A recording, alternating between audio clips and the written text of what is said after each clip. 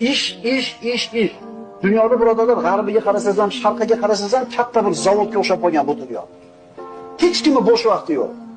Na otasini ziyorat qilgani vaqti bor, siyla rahim qilishlikka bir vaqti bor, na charchagani vaqti bor, na dam olishga vaqti bor.